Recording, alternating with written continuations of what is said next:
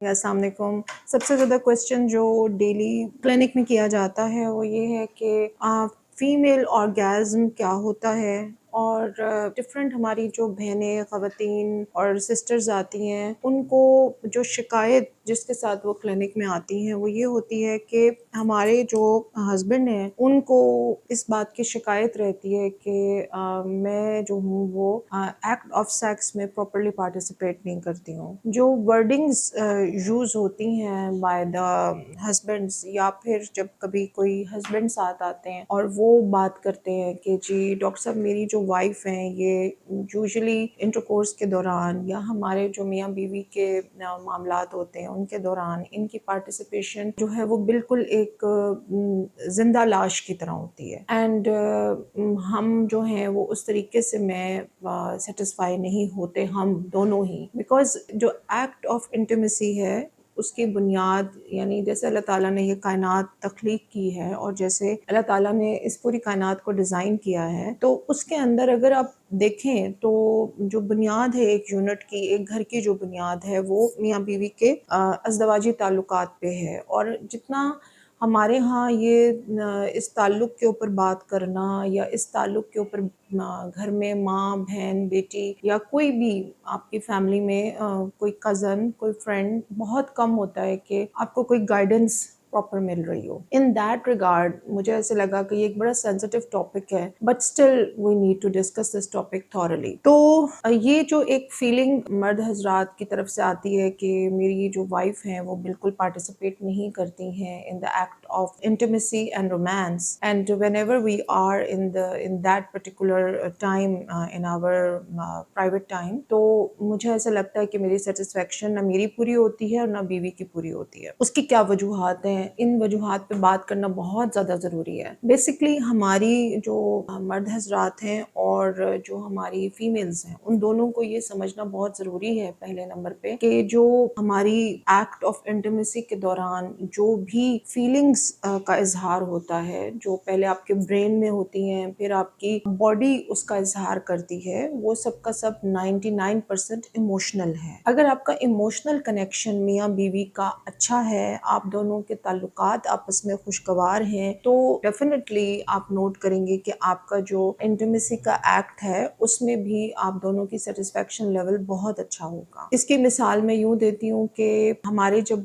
ताल्लुकात, जब मंगनी होती है लड़कियों की या जब रिलेशनशिप का स्टार्ट होता है, जब फ़ोन पे आपकी बातचीत हो रही होती है या कोई भी रिलेशनशिप आपका जब शुरू होता है, तो आप नोट करते हैं कि बहुत अच्छी फीलिंग्स होती हैं आपस में। कोई ऐसे क्लैशेस या कोई ऐसी रिजेंटमेंट्स या कोई ऐसे झगड़े या कोई ऐसी बातचीत घरेलू साइड से भी, यानी होता ये है कि जैसे जैसे शादी आगे प्रोग्रेस कर रही होती है तो दोनों साइड से कोई ना कोई मामलात ऐसे हो रहे होते हैं कि वो दोनों के दिल में थोड़ा थोड़ा सा एक एक पोर्शन प्यार का जो है वो खत्म होना शुरू हो जाता है, या उसके ऊपर कोई ना कोई डिग्री ऑफ आप कह सकते हैं कि विद टाइम उसके अंदर आपको थोड़ी थोड़ी सी कभी कोई इन लॉज की तरफ से कोई बात हो गई, कभी हस्बैंड की तरफ से कोई बात हो गई, and the more time you spend together,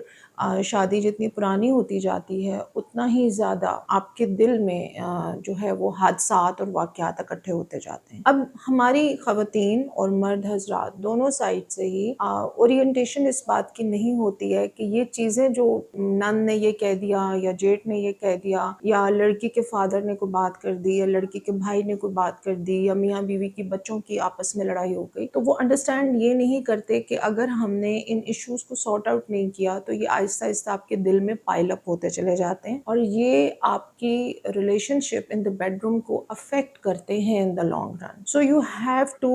forgive each other.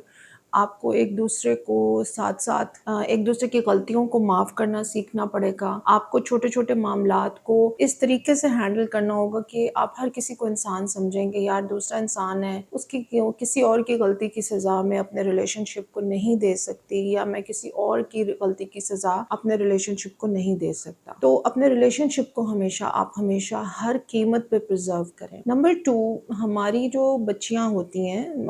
जब हमारी बच्चियाँ बड़ी हो रही होती हैं घरों में, तो यूजुअली जब रिश्ता करने जाते हैं तो हम ढूंढते हैं कि शरीफ ख़ानदान की बच्चियाँ हों, नमाजी हों, परहेज़गार हों, उनका इखलाक, उनका किरदार लड़का और लड़की दोनों का अच्छा हो, دین کی طرف رجحان ہو. تو جب یہ چیزیں ہم دیکھتے ہیں تو جو دیندار گھرانے ہیں ان میں یوزلی طور پہ کوئی بہت زیادہ سیکس ایجوکیشن نہیں ہو رہی ہوتی بچیوں کی بچپن سے، نہ ان کو بہت زیادہ سکھایا جا رہا ہوتا ہے، نہ بتایا جا رہا ہوتا ہے کہ کیجول ریلیشن شپس کیا ہوتے ہیں اور ڈیٹنگ کیا ہوتی ہے، اور نہ ہی ہمارے اسکول کالجز میں سیکشول ایجوکیشن کا کوئی ایسا پلیٹ فارم ہے کہ جہاں بچیاں بڑے ہونے کے بعد بھی کچھ پڑھ سکیں جا کے یا سیکھ سکیں. تو ہماری 90% لڑکے اور لڑکیاں دونوں کو اس بات کا نہیں پتہ کہ ہماری خواتین کی باڈی میں کچھ ایسے پوائنٹس ہوتے ہیں جس کو ہم خواتین میں جی پوائنٹ کہتے ہیں. جب آپ کے جو کلائٹورس کا لپ ہوتا ہے، I would like to add a picture here. آپ مجھے 1 منٹ دے دیں. اب جیسے یہ ہے، یہاں پہ میں آپ کو دکھاتی ہوں کہ یہ جیسے آپ کا جو ایریا ہے سب سے اوپر ہمارے پاس آتا ہے، نیچے ہے یہ ہم جہاں سے پخانہ پاس کرتے ہیں، سٹول جہاں سے نکلتا ہے، نمبر 2 پہ یہاں سے میاں بیوی ملتے ہیں، اور نمبر 3 اوپر یہاں پہ مثانے کا ہول ہے جس سے ہم یورتھرا یا یورتھرل اوپننگ کہتے ہیں. اچھا، اب جب میاں بیوی یہاں سے ملتے ہیں تو اس اوپننگ کے نیچے اور مثانے کے پوائنٹ کے بالکل اوپر ایک لوبیے کی نما چیز ہوتی ہے، چنے کے دانے جتنی. جب آپ اندر انگلی ڈالتے ہیں یا چیک کرتے ہیں پیلوک ایگزامینیشن کے دوران، ہم دیکھتے ہیں خواتین کو، تو یہ انگلی ہمیں ڈالنے سے ایک لوبیے جیسی چیز یہاں اندر فیل ہوتی ہے جو کہ جی پوائنٹ ہوتا ہے خواتین کا. اچھا، اب جی پوائنٹ کی سٹیمولیشن جو ہے وہ خاتون کو وہاں پہ، جی پوائنٹ اتنا امپورٹنٹ کیوں ہے عورتوں میں؟ اسی طرح مردوں کے بھی بہت سارے پوائنٹس ہیں جہاں سے orgasm جو ہے وہ جلدی اچیو کیا جا سکتا ہے. orgasm بنیادی طور پہ ایک ایسی ریلیکسیشن کی فیلنگ ہے خواتین کی کہ جب وہ اپنے سیکشول انٹرکورس کے، جب میاں بیوی کا جو تعلق ہوتا ہے اس کی جو پیک ہوتی ہے. اینڈ اکثر لوگ اس کو سمجھتے ہیں کہ اگر آپ جی پوائنٹ کو بہت زیادہ رب کریں گے یا جی پوائنٹ کے اوپر آپ بہت زیادہ پریشر انٹروڈیوس کریں گے یا اس کی ڈفرینٹ طریقے سے اس کو اسٹیمولیٹ کرنے کی کوشش کریں گے، تو the woman is going to get an early orgasm, or the orgasm will be very good because the psychology behind all this is کہ جی وہاں پہ نروس جو ہیں جی پوائنٹ کے اوپر سب سے زیادہ نروس جو ہیں اس کے اوپر ہوتی ہیں. سو when you stimulate that point، اور جیسے اور کچھ پوائنٹس ہیں جیسے نپلز ہیں، ایریولا ہے نپل کے اوپر، اس کے اوپر نروس کی بہت زیادہ اسٹیمولیشن ہوتی ہے. بٹ یوزلی میرے پاس جب خواتین آتی ہیں اور جن کپلز میں یہ کمپلین ہوتی ہے کہ ڈاکٹر صاحب یہ تو زندہ لاش کی طرح پڑی ہوئی ہوتی ہے ڈیورنگ دا انٹرکورس اور انٹیمیسی، تو مجھے تو ایسا لگتا ہے جیسے میں کسی I am not doing something with a living organism. So یہ کمپلین سب سے زیادہ میں نے 20 سال کے کلینک میں سنی ہے بائی کپلز، اور اس کی شاید وجہ یہ ہے کہ client feel comfortable talking to me about their issues. اور یوزلی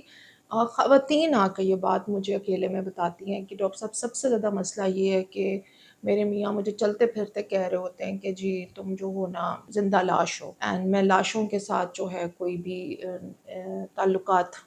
قائم کرنا is very difficult. You don't have any emotions. جو ابھی تک اسٹڈیز ہمارے سامنے پاکستان کی جو پاپولیشن کی یا ساؤتھ ایسٹ ایشین جو پاپولیشن کی آئی ہیں اس کے اندر یہ دیکھا گیا ہے کہ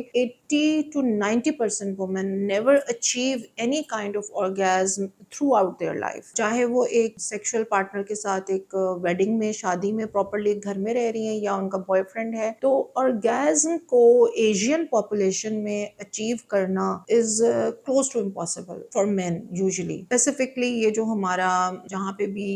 یہ جو پاکستان ہے، بنگلہ دیش ہے، ان ایریاز کے اندر دیکھا گیا ہے کہ وومن کے اندر اویئرنیس بہت کم ہے orgasm کی. They don't know what they are looking for when they are in the act of sex. And usually جو ہمارے کلینکس میں کمپلین ہوتی ہے وہ یہ ہوتی ہے کہ جو یوزلی خواتین جو ہوتی ہیں وہ کہتی ہیں جی لائٹ آف کر دیں. میاں کی یہ بہت کمپلین ہوتی ہے کہ جی لائٹ آف کر دیں، میں کمفرٹیبل نہیں ہوں، مجھے ٹینشن ہو رہی ہے، مجھے اسٹریس ہو رہا ہے. تو ہسبینڈ جو ہیں وہ پریشان ہو کے لائٹ آف کر دیتے ہیں. اس کے بعد خواتین جو ہوتی ہیں ان کی بہت زیادہ ریزرویشنز ہوتی ہیں کہ جی they are not really familiar with the act of four play. अब ऑर्गेज्म और फोर प्ले को समझना मियाँ बीवी दोनों के लिए बहुत ज़रूरी है, फॉर द रीज़न कि अगर